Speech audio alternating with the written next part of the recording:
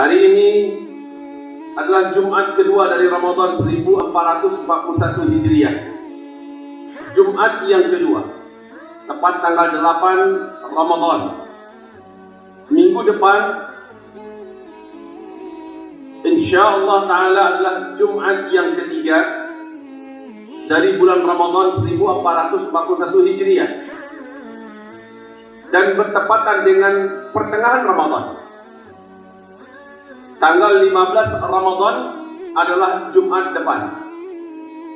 Isu yang begitu santer menyebar adalah akan adanya hantaman di pertengahan bulan Ramadan yang akan terjadi menimpa dan menabrak bumi kita ini berupa meteor yang disebutkan oleh Allah di dalam Al-Quran, Yawma nabtishul batshatal kubra, hari di mana kami akan tabrak bumi ini dengan hantaman yang sangat besar sehingga menimbulkan petaka yang teramat sangat dahsyat. Kaum muslimin yang kami muliakan, saya mengulangi kembali setelah beberapa bulan belakangan, mulai dari Desember, Januari, Februari, Maret, dan April, tidak pernah berubah yang saya sampaikan, bahwa berpegang kepada sesuatu dalil wajib yang qat'iyyut thubut, dalil yang jelas-jelas pasti, yaitu ayat Al-Quran dan hadis-hadis mutawatir, hadis-hadis sahih. Ini yang bisa dipegang untuk dijadikan akidah kita. Sementara di luar daripada ayat-ayat Al-Quran, hadis mutawatir dan hadis ahad, yang paling tingginya adalah hadis sahih, maka hadis hasan ke bawah tidak dapat dijadikan sebagai pegangan akidah. Sementara hadis yang menyebutkan tentang tabrakan yang menabrak bumi berupa meteor dari ruang angkasa di pertengahan bulan Ramadan pada hari Jumat, walaupun bertepatan dengan Ramadan 1441 Hijriah ini, tapi dalilnya dari hadis itu ini tidak bisa dijadikan sebagai pegangan dan sebagai rujukan sumber akidah kita. Tidak bisa. Kalau ada yang mengatakan ini dalilnya, maka banyak sekali para ulama mengatakan hadis ini dhaifun jiddan, sangat lemah. Dan kita sudah tahu adabnya.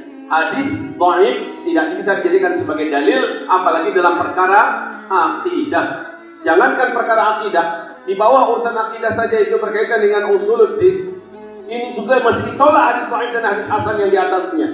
Maka bagaimana dengan hadis dhaif jiddan? Bahkan Syekh Ibnul Jauzi mempertegaskan bahwa hadis tentang hantaman dari luar angkasa menabrak bumi di pertengahan Ramadan bertepatan dengan hari Jumat, itu hadisnya maudhu' atau hadisnya palsu.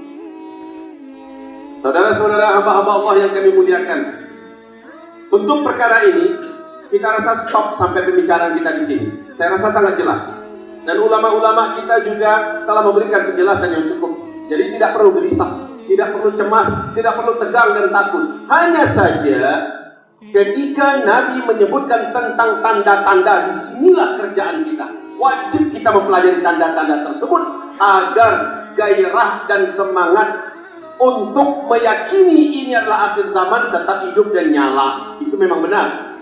Sehingga saking mampunya Rasulullah meyakinkan para sahabat ini adalah akhir zaman, mereka akhirnya setiap apa yang nampak di permukaan mereka langsung kaitkan dengan hadis-hadis akhir zaman yang pernah disampaikan Nabi SAW. Sehingga hampir seluruh sahabat meyakini Ibnu Sayyad itu sesosok seorang laki-laki yang tidak pernah mau didekati oleh para sahabat dan tidak pernah mau bergabung dengan para sahabat. Ciri-ciri fisiknya ada tentang ciri-ciri Dajjal pada dirinya, dan dia memiliki kemampuan luar biasa, tidak ada manusia yang seperti dia. Akhirnya banyak para sahabat yakin itu adalah Dajjal.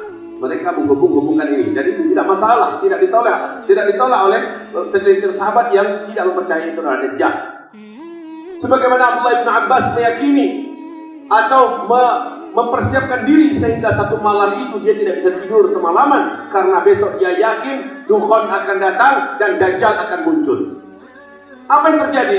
Semalaman Ibnu Abbas mendengar dari sahabat-sahabat bahwa meteor sudah melesat mendekati bumi. Maka semalam itu Ibnu Abbas sibuk berdoa, menangis, minta ampun kepada Allah, mohon perlindungan. Ini adalah bukti suksesnya Nabi Muhammad meyakinkan kepada para sahabat tentang dekatnya kita dengan kiamat. ternyata mereka semua sudah meninggal. Digantikan oleh para tabi'in, yaitu anak-anak para sahabat, mereka juga sudah meninggal. Digantikan oleh tabi'in, ya, tabi'in, dan seterusnya sampai kepada masa kita sekarang. Tidak ada satupun ya tentang kiamat yang diyakini para sahabat itu terjadi. Tapi apakah merugi mereka dengan meyakini demikian? Tidak. Justru dengan keyakinan itu menyebabkan mereka ingin hidup yang hanya tersisa sebentar. Menurut keyakinan mereka, ingin mereka hidup sebagai manusia terbaik, orang yang punya amal soleh yang terbanyak, orang yang punya iman yang terkuat. Mereka ingin menjadi manusia yang paling bermanfaat untuk agama, untuk bangsa, untuk negara. Inilah prinsip para sahabat, inilah prinsip para tabi'in, inilah prinsip para tabi'in. Seluruh mereka yakin bahwa sangat dekat kiamat, tetapi itu tidak menjadikan mereka meninggalkan perkara-perkara dunia mereka. Cuma saja setiap dunia yang mereka dapatkan, mereka alihkan untuk kepentingan agama Allah Subhanahu wa Ta'ala. Sebab prinsip mereka, buat apa numpuk harta, buat apa memperbanyak dunia, sementara dunia akan ditinggalkan atau dunia akan berakhir. Akhirnya semua yang mereka dapatkan, mereka pakai untuk perjuangan. Dengan cara ini cepat betul Islam melejit dan melesat di zaman